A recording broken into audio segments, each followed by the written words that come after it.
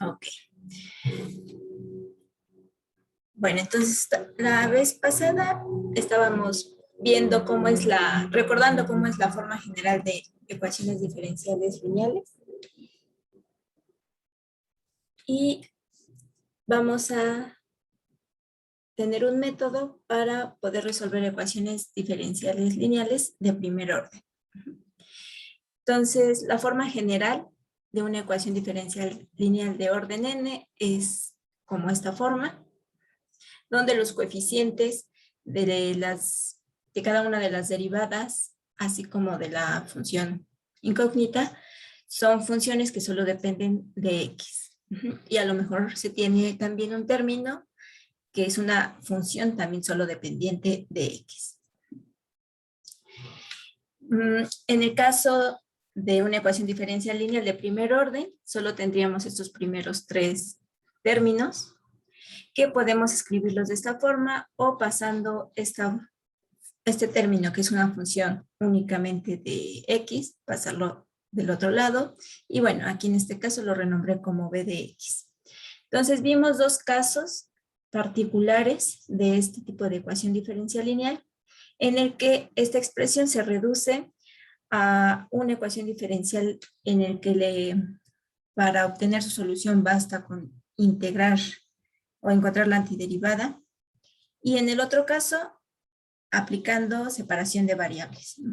Entonces, cuando el término A0 en esta representación de ecuación diferencial lineal es 0, es decir, nada más tenemos este término que tiene la derivada y b de x, entonces al despejar la derivada con respecto a x tenemos esta función racional que solo depende de x, y entonces aplicando el teorema fundamental del cálculo podemos obtener directamente su solución.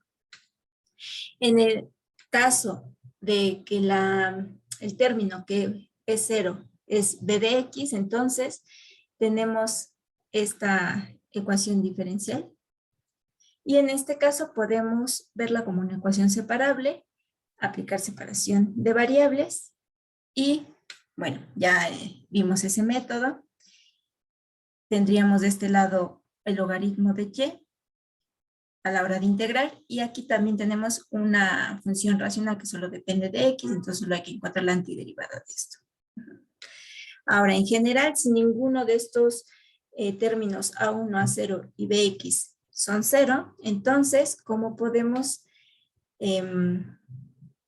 calcular la solución de este tipo de ecuaciones diferenciales? Entonces vimos qué sucede si tuviéramos el caso en que el término A0 fuera la derivada del término coeficiente que acompaña a d y en dx. Si ese fuera el caso, entonces, bueno, reescribiríamos esta ecuación lineal como esto. En lugar de poner A0, estoy poniendo la derivada de A1, y resulta que el lado izquierdo de esta expresión es justamente la derivada del producto de A1 con y. De tener esto, pues basta con integrar ambos lados, aplicar el teorema fundamental del cálculo para poder obtener la solución de esta ecuación diferencial lineal, ¿no? Integrando en ambos lados obtenemos esto, y despejando y obtenemos la solución general. Entonces, la idea cuando tengamos cualquier tipo de ecuación diferencial lineal es llevarla a un caso como este.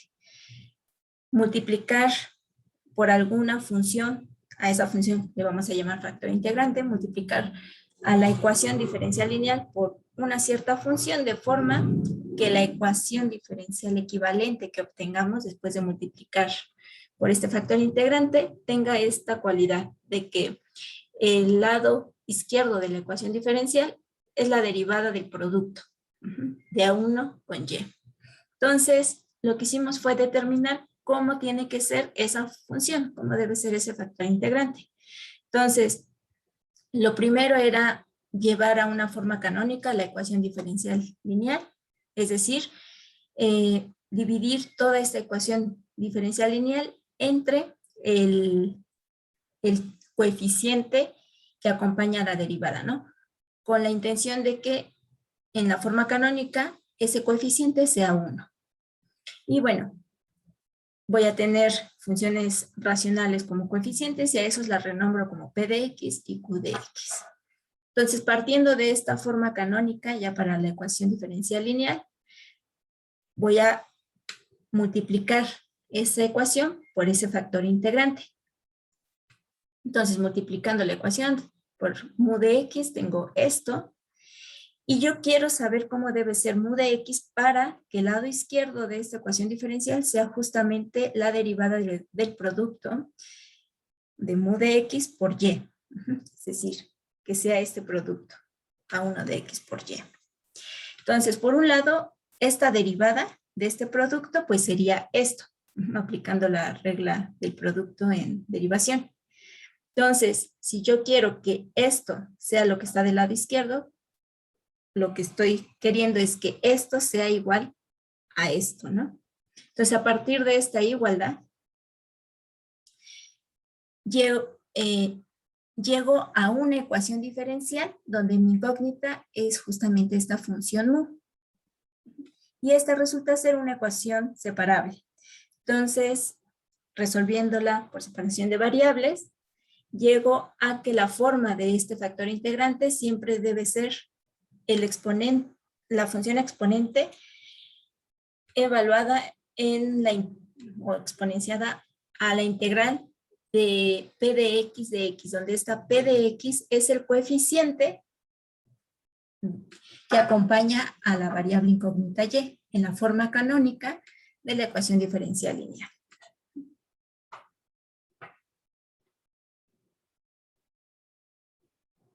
Hasta aquí, ¿todo bien? ¿Alguna duda?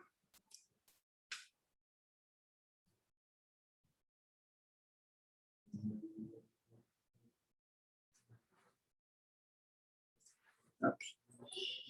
Entonces, ya sabemos cómo debe ser este factor integrante, esta función con la que tengo que multiplicar la ecuación diferencial lineal para obtener una forma equivalente, de tal forma que el lado izquierdo de esa ecuación diferencial sea justamente la derivada de este producto. Entonces, mi ecuación diferencial lineal ya va a tener esta forma y simplemente integramos. Del lado izquierdo aplicamos el teorema fundamental del cálculo, obtenemos esto y si despejamos Y, obtengo la forma general de cómo obtener la solución de una ecuación diferencial lineal. Y simplemente 1 entre ese factor integrante por encontrar una antiderivada de este producto. Y bueno, como se trata de integrales indefinidas, pues siempre se le agrega la constante de integración. Y pues aquí están los pasos que uno debe seguir para resolver cualquier ecuación diferencial lineal. Primero escribirla en forma canónica, es decir, que aquí junto a la derivada el coeficiente sea 1. Después calcular ese factor integrante, multiplicar esta ecuación por ese factor integrante. Lo que vamos a tener del lado izquierdo, después de haber multiplicado, es la derivada con respecto a X del factor integrante por la función Y. Y lo que resta es solo hacer integrales. Entonces vimos un par de ejemplos la clase pasada, probablemente no los recuerdan. Pero bueno, ahí están las diapositivas. Bueno, ya subí la clase pasada, ahí pueden ver esos dos ejemplos y nos quedamos en este tercer ejemplo. En este tenemos un modelo que describe cómo cambia el nivel de hormona en la sangre a lo largo del día. Entonces, tenemos la ecuación diferencial que describe esa situación y tenemos una condición inicial. Por ejemplo, no sé, a las 0 horas, ¿no? Del día, es decir, a medianoche. Entonces, tenemos un problema de valores iniciales y queremos encontrar esa función x de t, que es la que me describe en cualquier momento cómo es la cantidad, cuál es la cantidad de hormona en la sangre. Este modelo es general, nos dan ciertos valores para los parámetros y entonces esta ecuación diferencial lineal se reduce a esto. Ahora, es una ecuación diferencial lineal porque tiene la forma, la podemos escribir ya de forma canónica, pasando el término kx del otro lado, y dejando este término alfa menos beta por coseno de pi t entre 12 de este lado. Y entonces ya tenemos la forma de x en dt más una función p de t por x igual a q de t. Una función que solo depende de la variable independiente. Entonces, pues se trata de una ecuación diferencial lineal y ya está en forma canónica.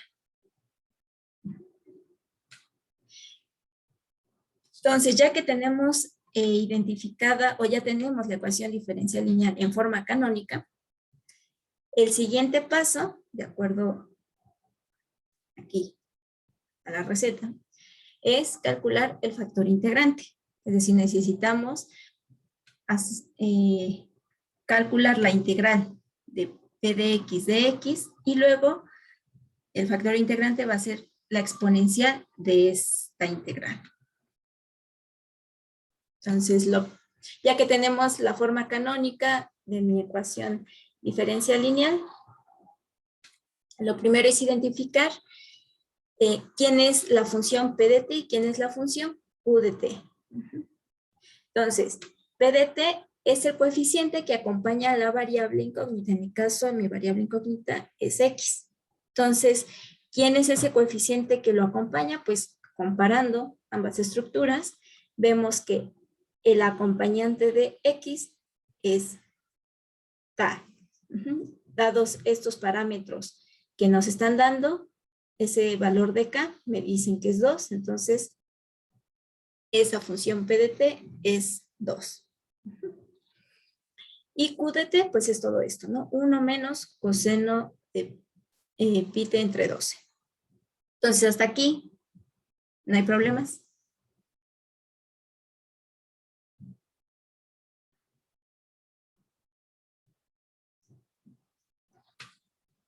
Entonces, vamos a calcular el factor integrante. Mu de t es igual a e a la integral de pt de t. ¿Quién es la función p? 2.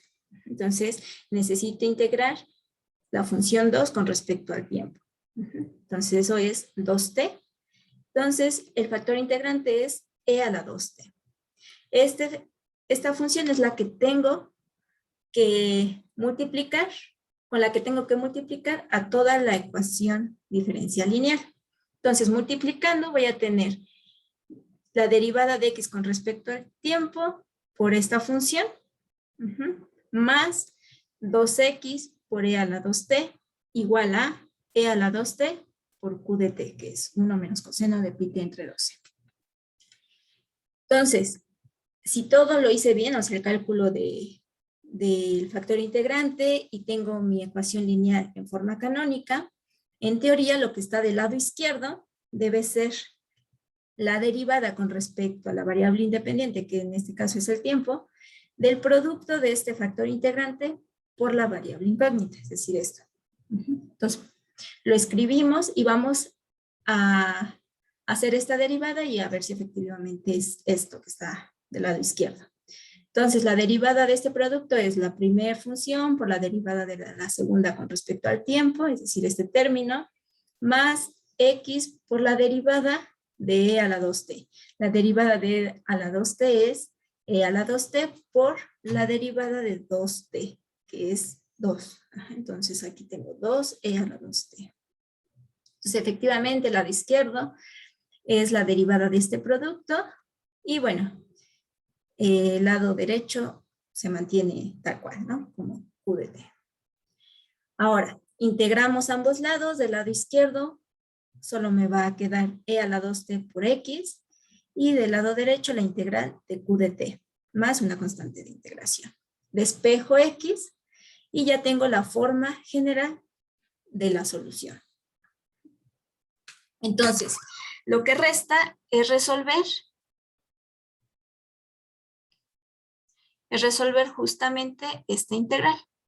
Ya una vez resuelta, pues ya nada más es sustituir el resultado aquí y ya tendríamos la solución general de esta ecuación diferencial.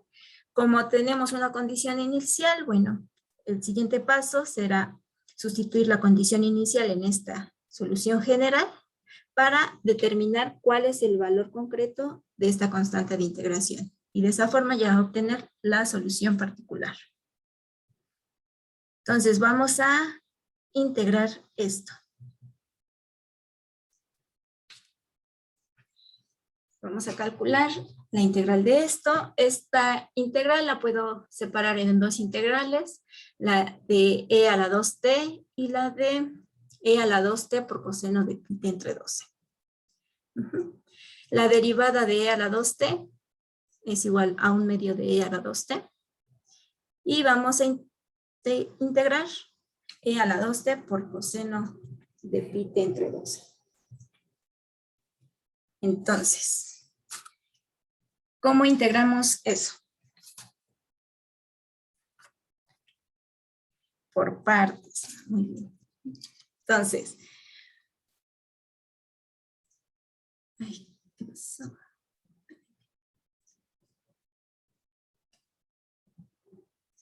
Entonces, por partes. Voy a hacer u igual a e a la 2t y de b igual a coseno de pi entre 12 de t. Entonces, du cuánto vale y b cuánto vale.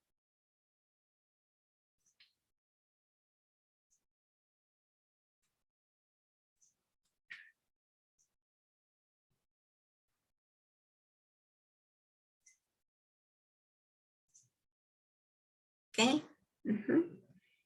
Du es 2e a la 2t de t. Y b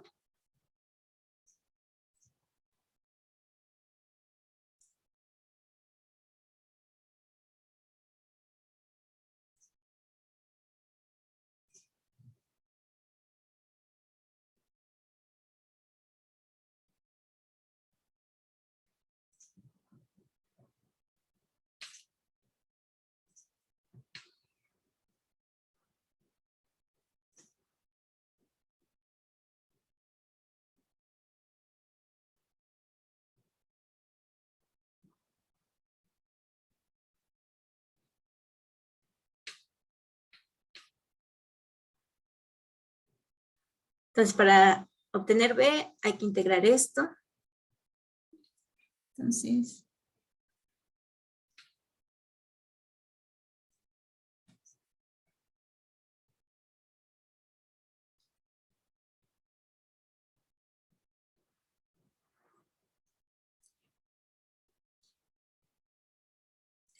menos seno, no, sería nada más seno de pi entre 12 por 12 entre pi. Ajá, sí. Entonces es 12 entre pi, nada más el seno.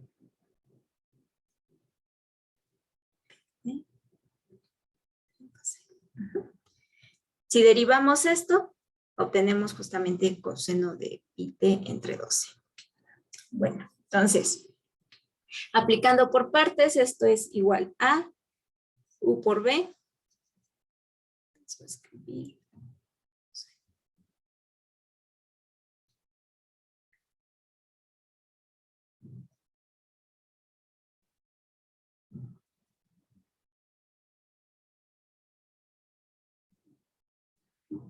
Menos b por du.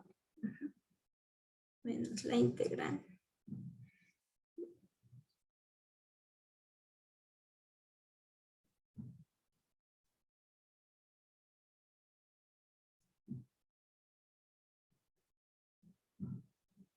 Por du, que es 2e a 2t. Ok, entonces Esto es 12 entre pi por e a la 2t seno de pi t entre 12 menos 12 por 2. Este 12 lo saco, este 2 lo saco y el pi también. Y nada más me va a quedar el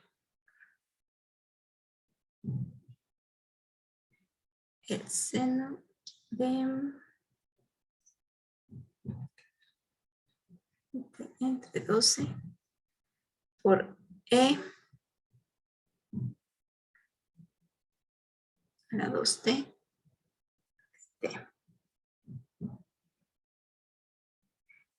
Ok. Ahora, ¿cómo resolvemos esta integral?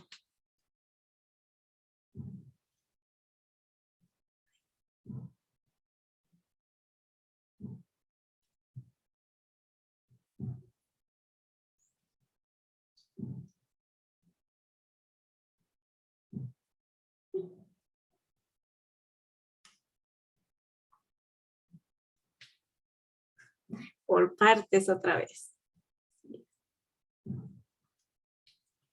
Entonces, igual, hacemos u que sea la exponencial.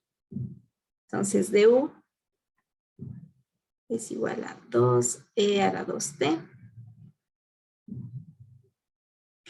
Y en este caso de b, ahora es seno de pi t entre 12. Y entonces, b cuánto, ¿quién es? ¿Cuánto vale?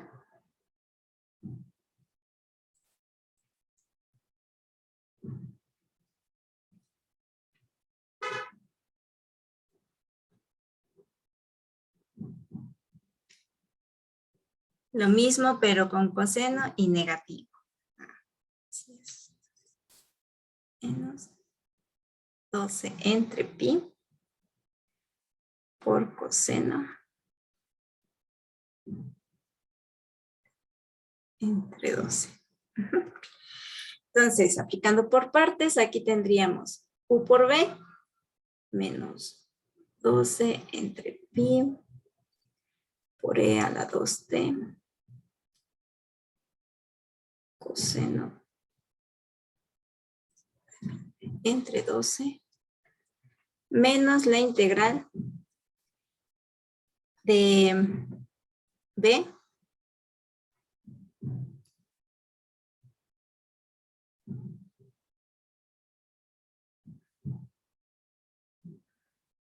por du, que es, por du, que es 2 e a la 2.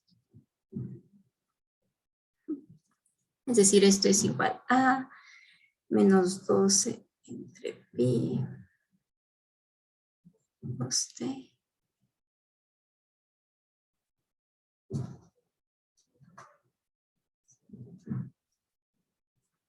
más, saco este menos por menos, más, voy a sacar el 12 entre pi y el 2. Sí. 12, saco el 2 también y el pi por la integral de e a la 2t, por coseno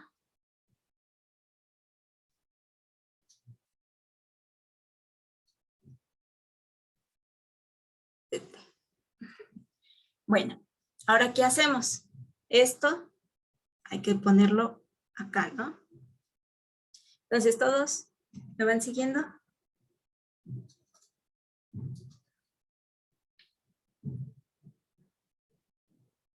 Entonces, la integral de e a la 2 t coseno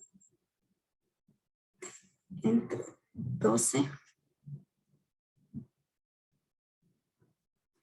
es igual a 12 entre pi por e a la 2t seno de pi t entre 12 menos 12 por 2, bueno, esto es 24, ahorita lo voy a dejar así. Por todo esto, ¿no? Tengo menos 12 entre pi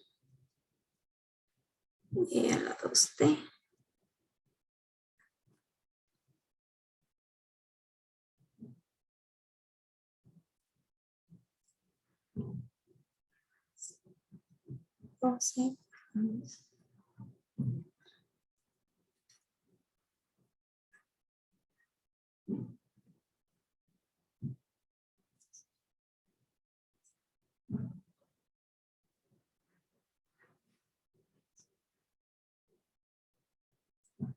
Ok, bueno.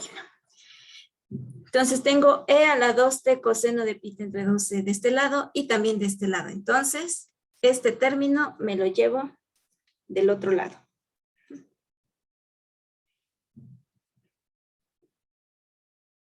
Entonces, de este lado voy a tener, a ver,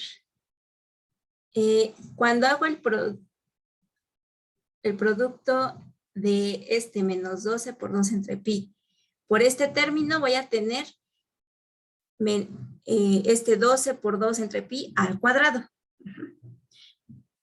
Y con signo menos. Cuando me lo llevo del otro lado, va con signo más. Entonces, a ver si lo ven. De este lado del izquierdo voy a tener 1 más 12 al cuadrado. Ahorita hago estos cuadrados.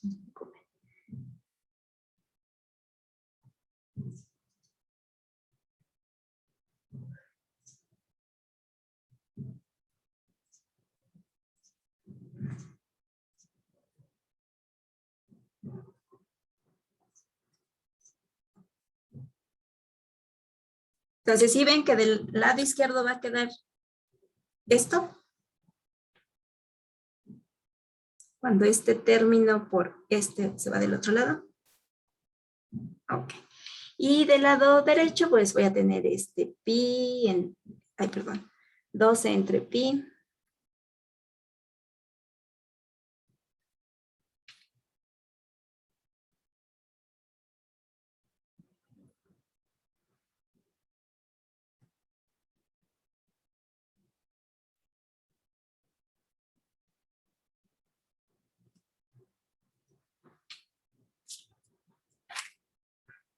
Menos por menos más 12 al cuadrado, 12 por 2 entre pi al cuadrado. E a la 2t coseno de pi t entre 12. Bueno, ahora voy a despejar esta integral, que es lo que necesito, ¿no? Para ya poderlo llevar a sustituir a la ecuación. Entonces,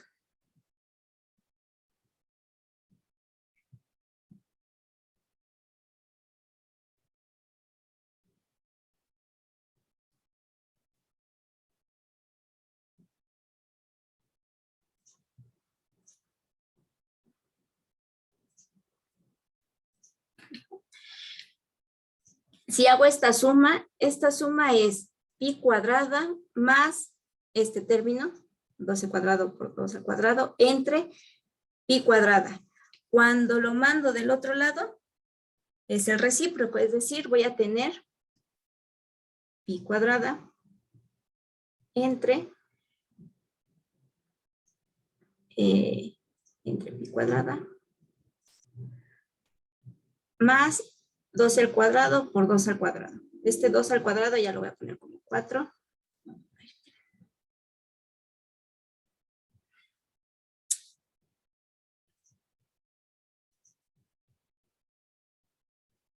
Como 4 por 12 al cuadrado. que multiplica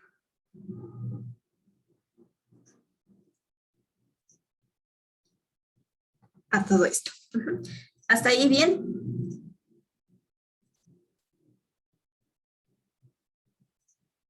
Ok. Bueno, ahora voy a multiplicar este término por este término y luego, bueno, este término por este término, pero en realidad pues es más bien multiplicar esto por esto, más este término por este, ¿no? Entonces, a ver si me cabe aquí. Este por este me va a quedar 12 pi. 12 pi. Una de estas pi se va a ir con este. No, me queda 12 pi entre 12 pi entre pi cuadrada más 4 por 12 al cuadrado por e a la 2t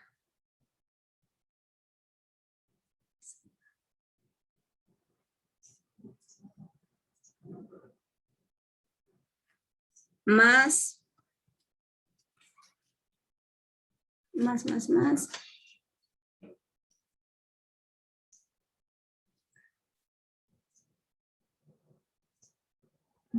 ok, este pi cuadrada se va a ir con este pi cuadrada y nada más me va a quedar 12 al cuadrado por 2 entre esto.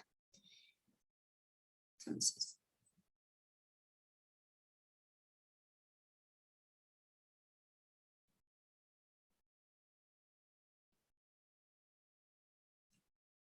y es e a la 2 t por el coseno.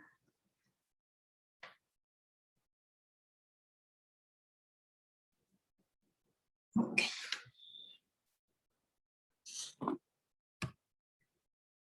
Ok, ahora, estos términos con un par de pasos de álgebra,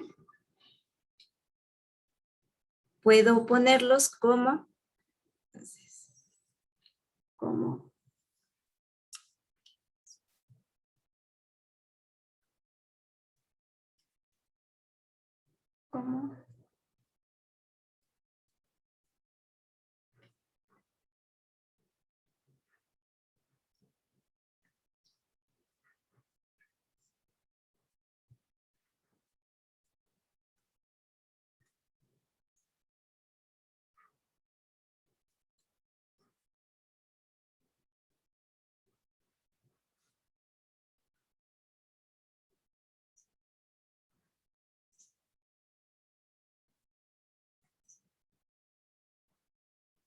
que y más.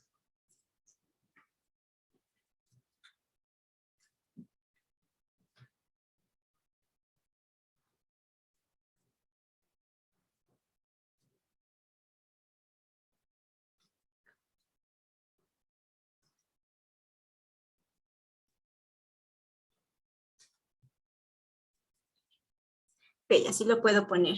Ahora, a ver, aquí les voy a poner cuáles fueron esos pasos que hice para que no se vea así como que, cómo llegué ahí. Entonces, en el primer término, el que acompaña al seno, era pi cuadrada más 4 por 12 al cuadrado. Ajá. Es decir, este. Entonces, ese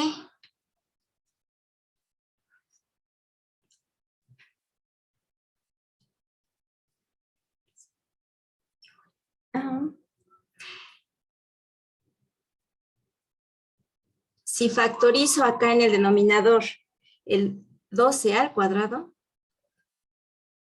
entonces me va a quedar 4 más pi cuadrada entre 12 cuadrado.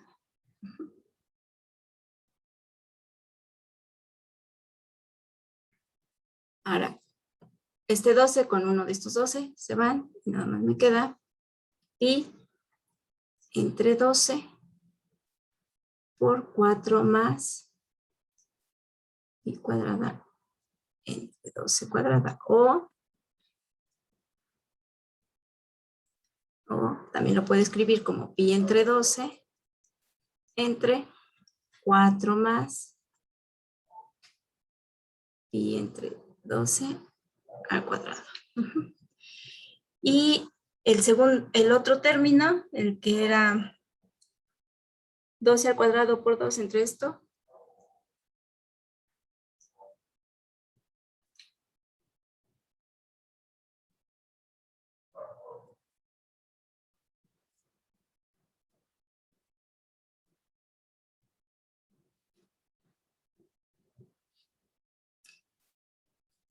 esto lo puedo escribir como 2 entre pi cuadrada por 4 por 12 al cuadrado. Y este 12 al cuadrado, en lugar de tenerlo acá, lo puedo poner acá como denominador de este. Y entonces así ya tengo 2 entre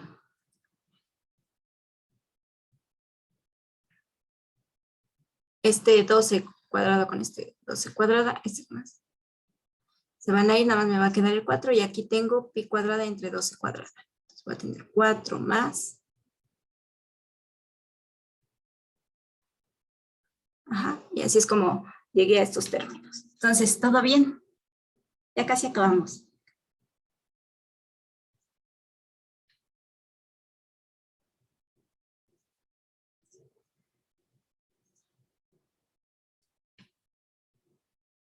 Ok, entonces, si se fijan, el 1 entre 4 más pi entre 12 al cuadrado, lo puedo factorizar. Y también e a la 2t. Entonces, factorizando eso, esto lo puedo escribir como e a la 2t por el seno 12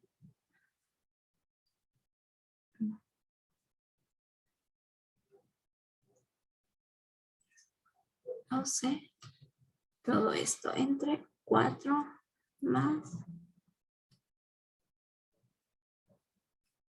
no es sin el t.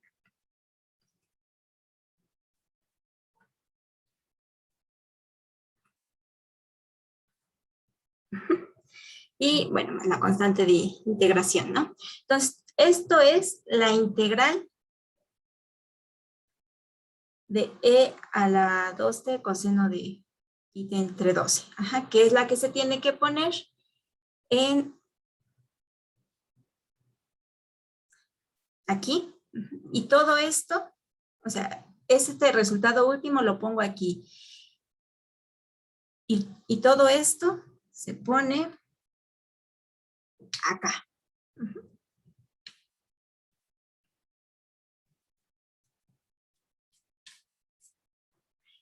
Entonces, haciendo eso,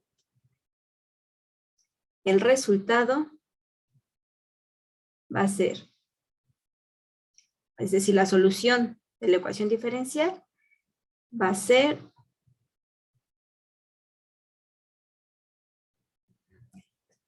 uno entre e a la 2t. Este es 1 entre el factor integrante por esa integral que resultó ser menos 1/2 de e a la 2t menos e a la 2t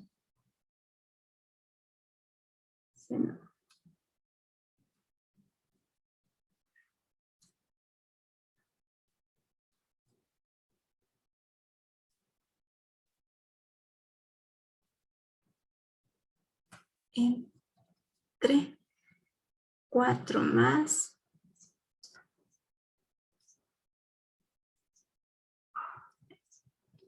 cuadrado más c, ¿no?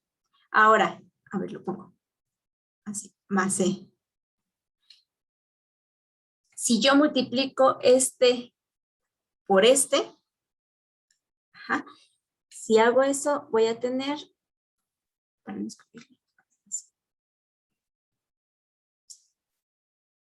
va a tener más C entre E a la 2T o bien C por E a la menos 2T.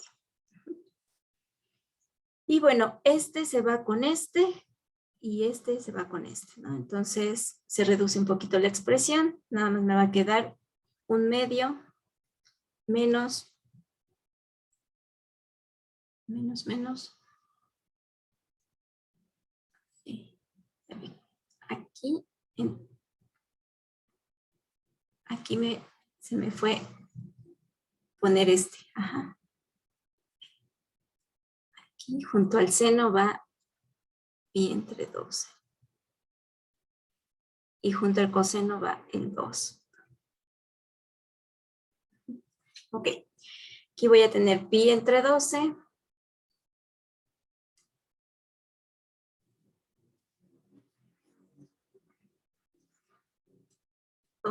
Más 2 coseno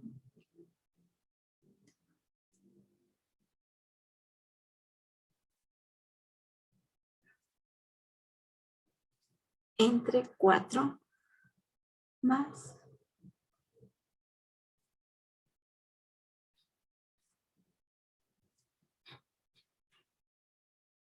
Ok, entonces ya, esta es la solución general, ¿no?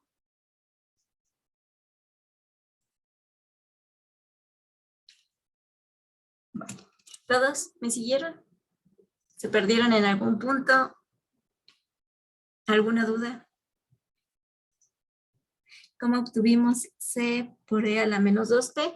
Lo que hice fue multiplicar, aquí dentro de estos paréntesis teníamos el más C.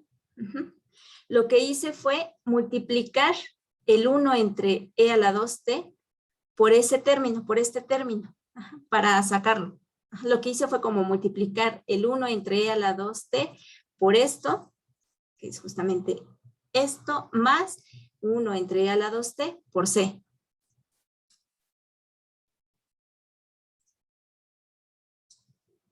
Ok.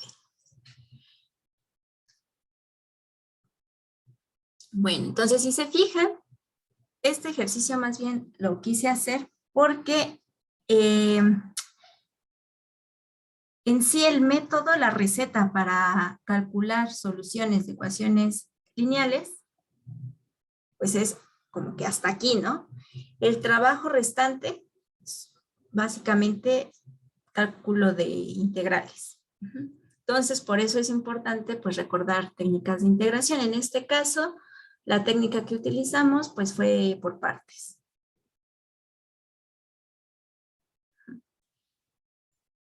Entonces, ahí es donde puede muchas veces estar principalmente la dificultad, porque en sí, cuando ya uno se conoce como el método, la receta, nada más es un formulazo, el resto pues es hacer el cálculo. Entonces aquí ya tendríamos la solución general. Para obtener la solución particular,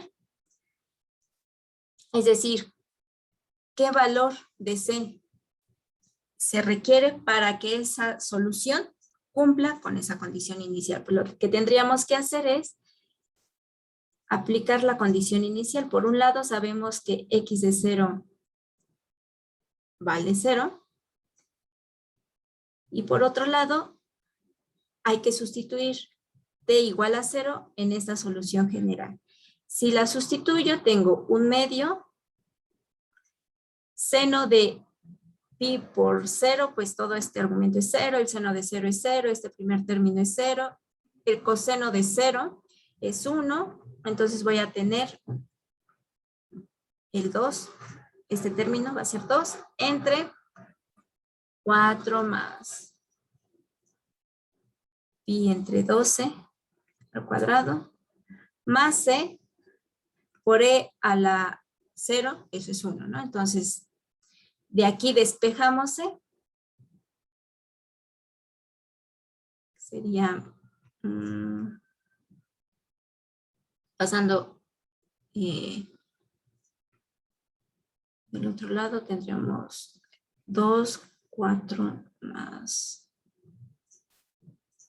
pi entre 12 al cuadrado menos un medio. Esto sería C, entonces esto se pone aquí y ya tendrían la solución particular del problema de valores iniciales. Bueno, chicos, entonces ya terminamos el ejemplo.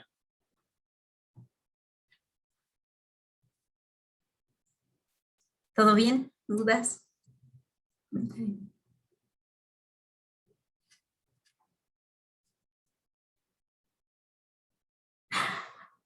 No, la idea es que practiquen métodos de integración.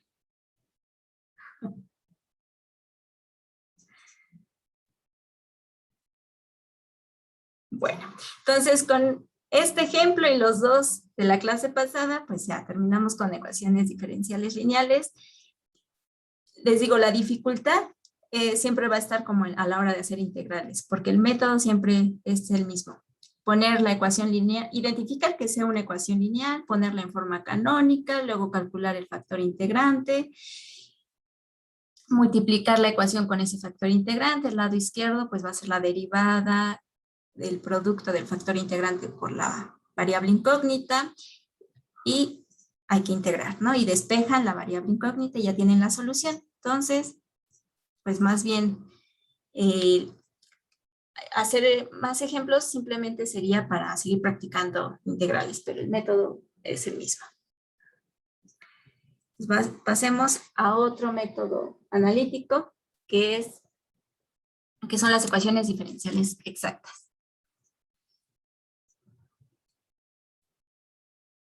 Entonces, en este caso vamos a empezar considerando una función de dos variables. Y en una función de dos variables, si recuerdan, la gráfica de esto era una superficie, ¿no?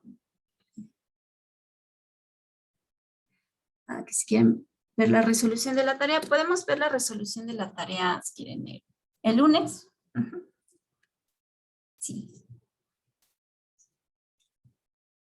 Bueno.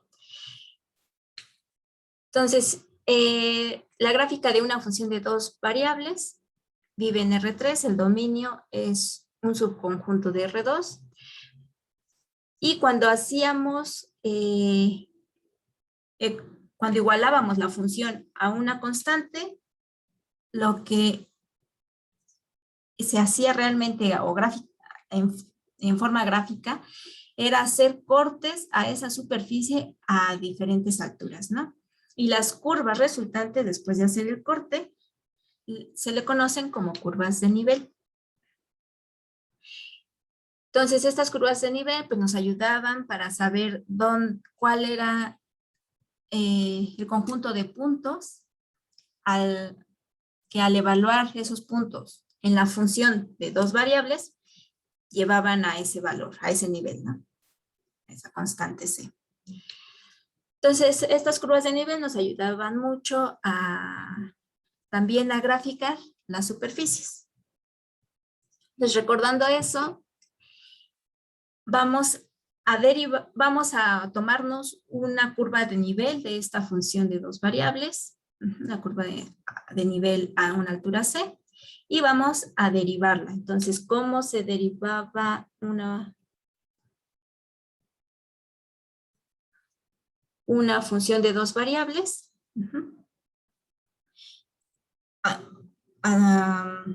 Lo que se hacía era obtener la derivada total, ¿no? La derivada total de una función de dos variables es la suma de la razón de cambio de esa función en ambas variables, en X y en Y.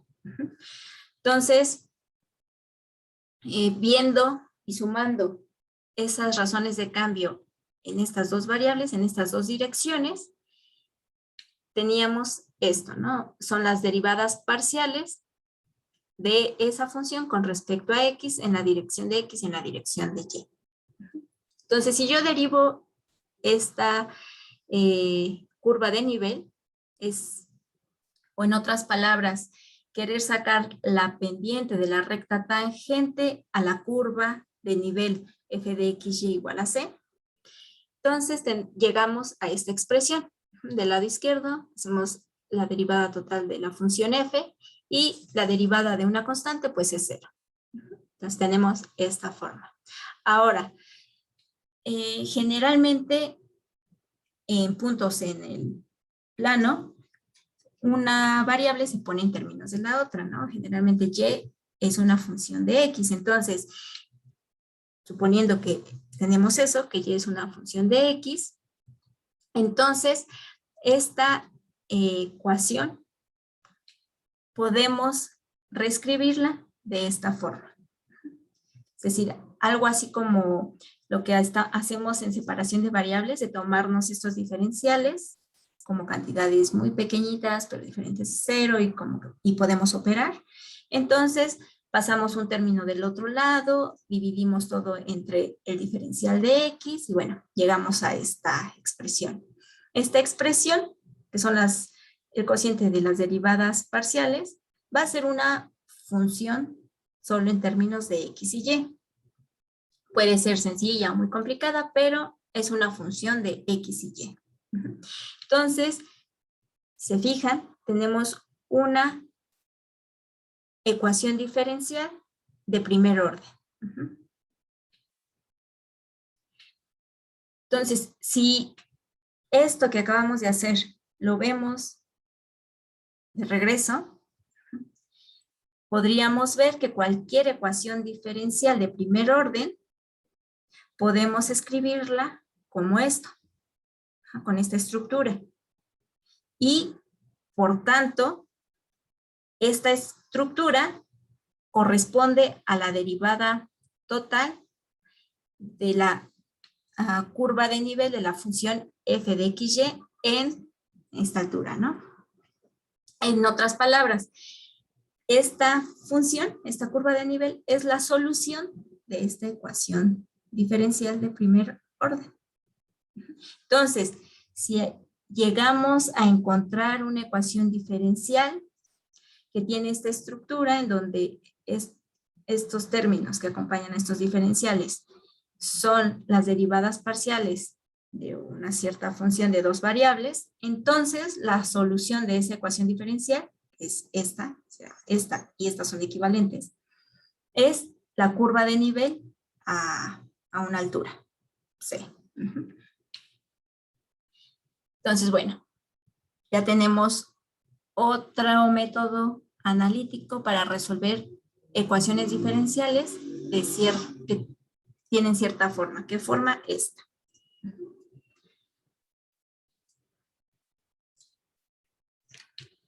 Entonces, hasta aquí, ¿sí? ¿Siguen la idea?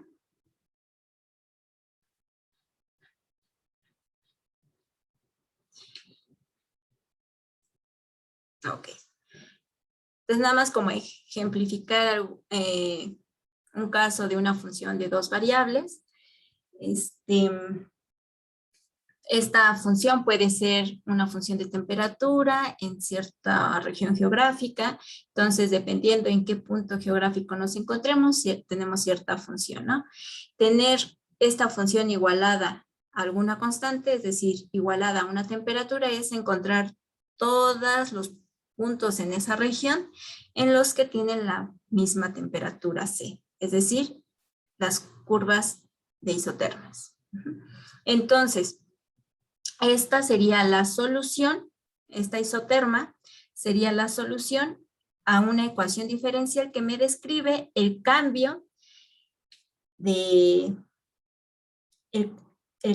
la pendiente, el cambio de la razón de la temperatura a lo largo de esta isoterma. La razón de cambio de la temperatura en esta isoterma.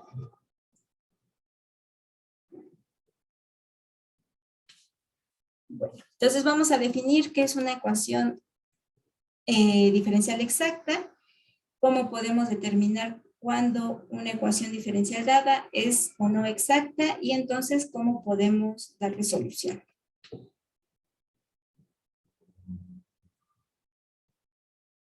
Y si, por ejemplo, ambas varían en términos de otra variable t, ¿Quiénes? ¿Quiénes varían?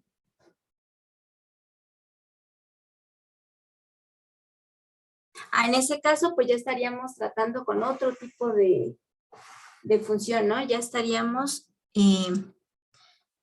más en términos paramétricos. Y entonces no estaríamos tratando con diferenciales totales. Estaríamos sí trabajando igual con razones de cambio, pero con derivadas en funciones paramétricas, porque tanto X y Y dependen de T, ¿no? De otro parámetro. Pero bueno, ya no tendríamos esta estructura.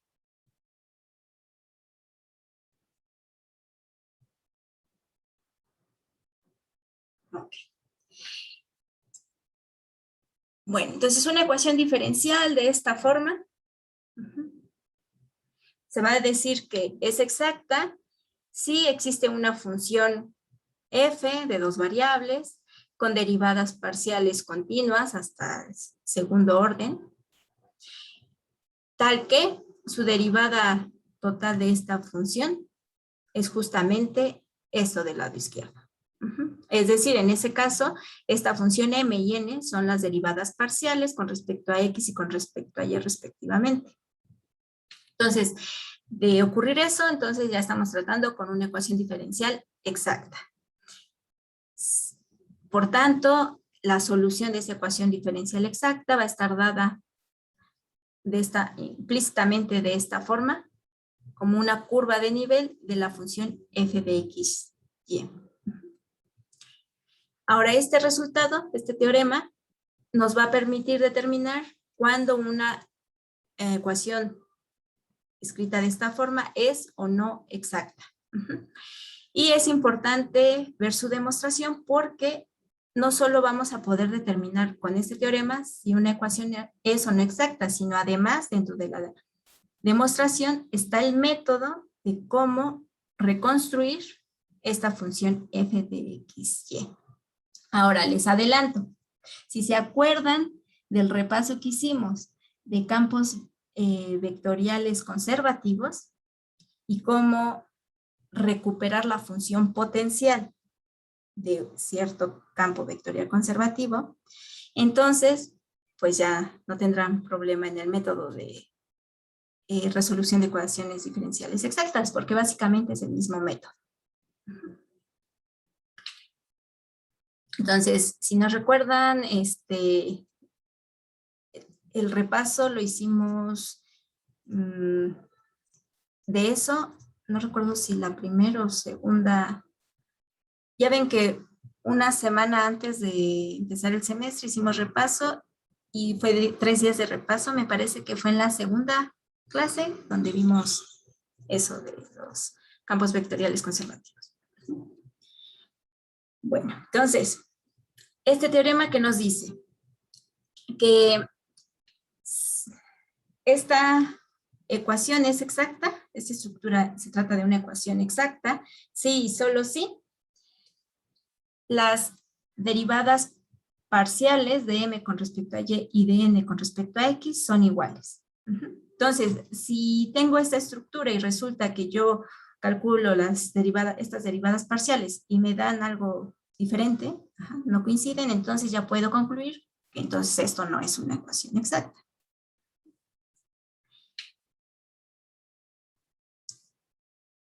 Entonces, como es un sí solo sí, en la demostración hay que hacer la ida y el regreso.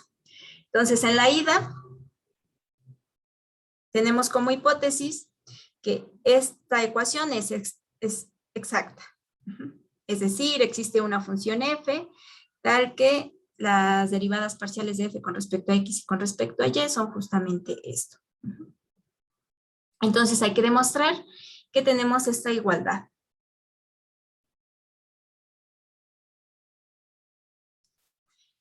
Entonces supongamos que es exacta, entonces existe esa función f tal que esto. Si derivamos ambas ecuaciones, ambas igualdades con respecto a y con respecto a x respectivamente, pues tendríamos esto, ¿no? Tendríamos si derivo con respecto a y, sería la segunda derivada de f con respecto a x y luego con respecto a y. O bien, sería la derivada de m con respecto a y. Mientras que en este caso, lo que estaríamos haciendo es la segunda derivada de f con respecto a y luego con respecto a x, o bien la derivada de n con respecto a x. Entonces tendríamos esto.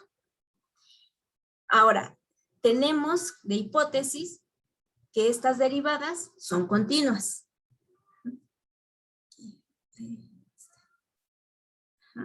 Las derivadas parciales de primer orden son continuas. Es decir, esta y esta son continuas, pero esta parcial y esta parcial son iguales a estas segundas parciales. Entonces, las segundas parciales también son continuas. Y no sé si recuerdan de este teorema en cálculo, que este teorema nos decía que las derivadas cruzadas de una función de dos variables, cuyas derivadas parciales hasta segundo orden son continuas, las derivadas cruzadas son iguales. ¿Sí se acuerdan de ese resultado? Si no, bueno, luego buscan este teorema. Entonces, usando ese resultado de que las derivadas cruzadas son iguales, entonces tenemos que esto es igual a esto. Pero esto es la parcial de m con respecto a y y esto es la parcial de n con respecto a x, entonces estas son iguales. Y ya tenemos la ida. ¿Sí?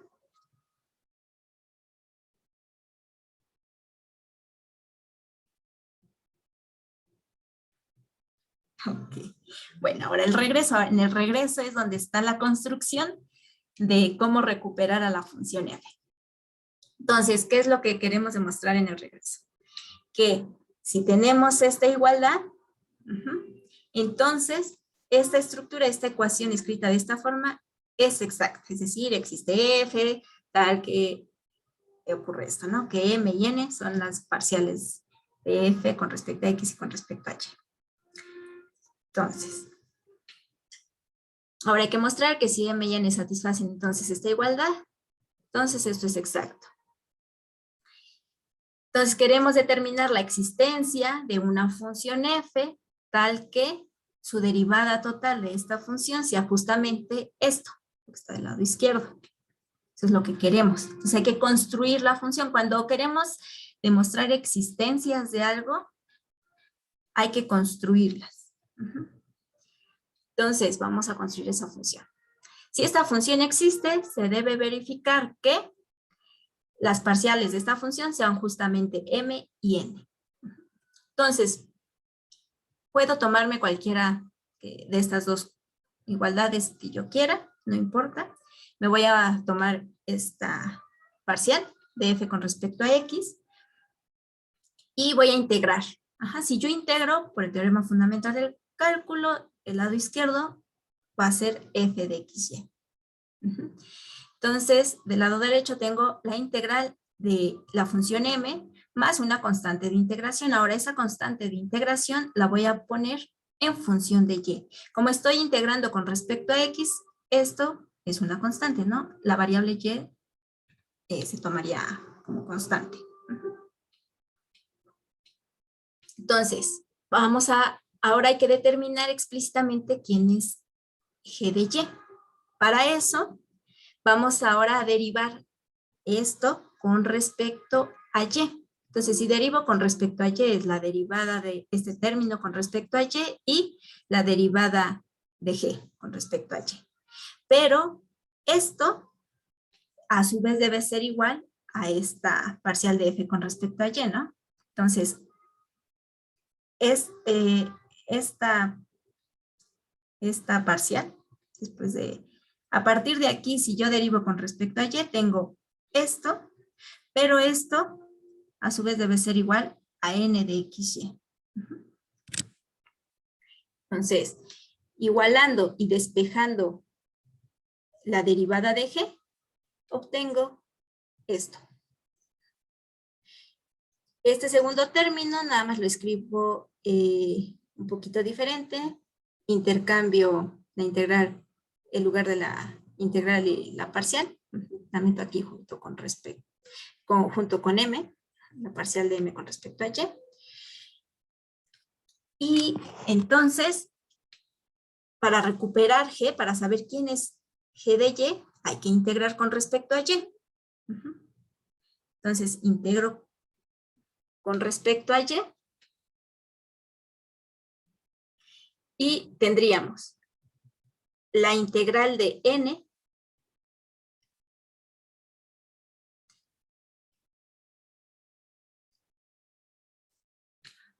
sería la integral de n menos la integral con respecto a y de todo esto. Ahora, aquí les puse cómo podíamos estar seguros de que efectivamente esta función g de y solo dependa de y, y no vaya por ahí a depender de x. Entonces, para demostrar que efectivamente depende de y, vamos a derivar con respecto a x a esta función g' de y. Si hago eso, yo tengo que g' de y es g' de y es esto, ¿no? Entonces, con respecto a x sería la derivada de n con respecto a x menos la derivada del segundo término. La derivada del segundo término se anula con la integral con respecto a x y nada más me queda el integrando. Entonces, en el segundo término simplemente es la parcial con respecto a y de m. Ahora, sabemos por hipótesis que la parcial de m con respecto a y la parcial de n con respecto a x valen lo mismo, es decir, esta diferencia es la diferencia de lo mismo, por tanto vale 0. Entonces, así podemos garantizar que justamente la función g de y solo depende de y no de x. Entonces, ahora sí, regresando, para recuperar g, solo integro y al integrar obtengo este término que está aquí en este segundo término. Entonces ya tengo quién es g de y. G de y vengo y lo pongo aquí. Y ya tengo entonces explícitamente quién es la función f de xy. F de xy es la antiderivada de la función m de x más una constante de integración, pero esa constante de integración va a ser la integral de esto. Esto es g de y. Bueno, entonces espero no haya quedado muy truculento el asunto. Ahorita pues ya son, déjenme ver la hora.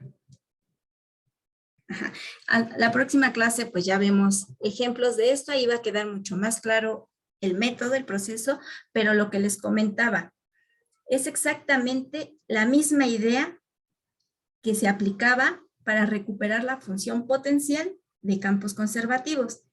De hecho, aquí están los ejemplos que vimos en esos repasos. Yo tengo esta función de campo conservativo. Si es un campo conservativo, significa que existe una función potencial f, tal que su gradiente es justamente este campo vectorial. ¿Cómo recupero esa función potencial?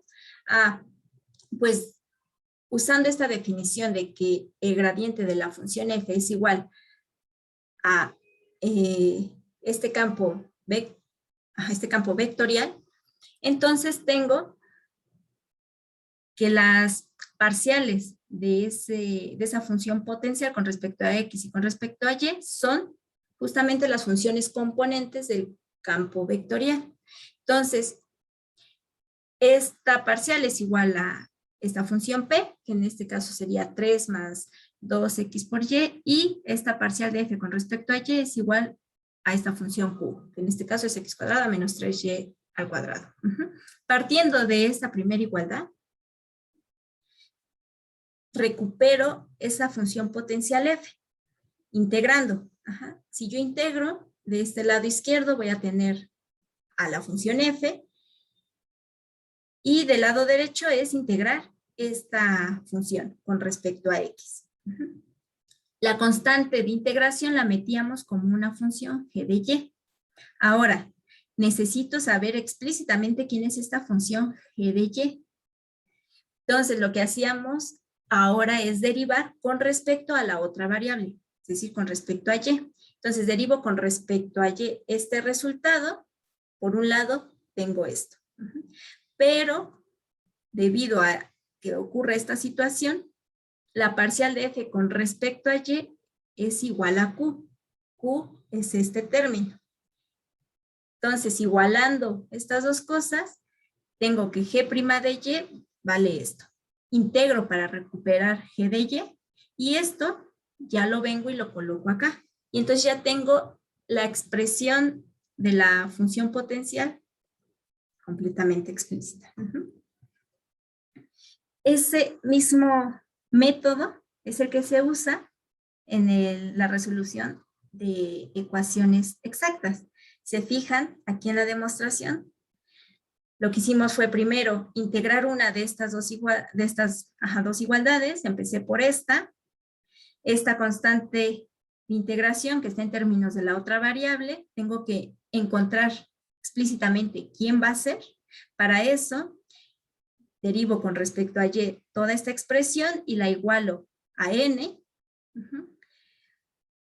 De esa igualdad, sé quién es g' de y. Entonces, para recuperar a g, integro. Y al integrar, obtengo esto. Entonces, vengo y lo coloco ya en la expresión que había comenzado a obtener para la función f de xy. Tengo y la pongo aquí, esa integral de g' de y. Y ya tengo cómo es la función f de xy en general. Igual hubiera podido empezar en lugar de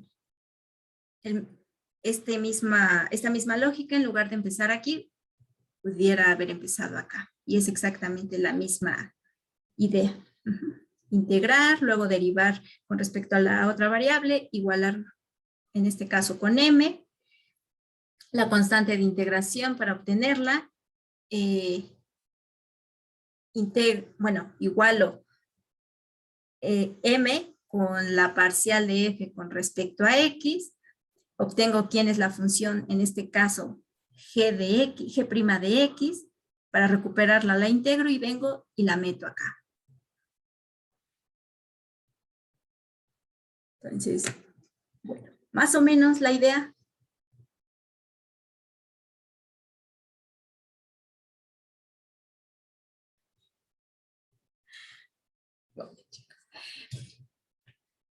Si ahorita quedó ahí como muy algo ambiguo, ya con un ejemplo de la próxima semana, queda claro.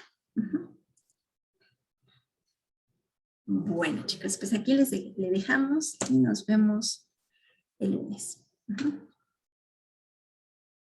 Vale, se cuidan, que tengan buen fin de semana. Bye. Gracias. Gracias, hasta luego.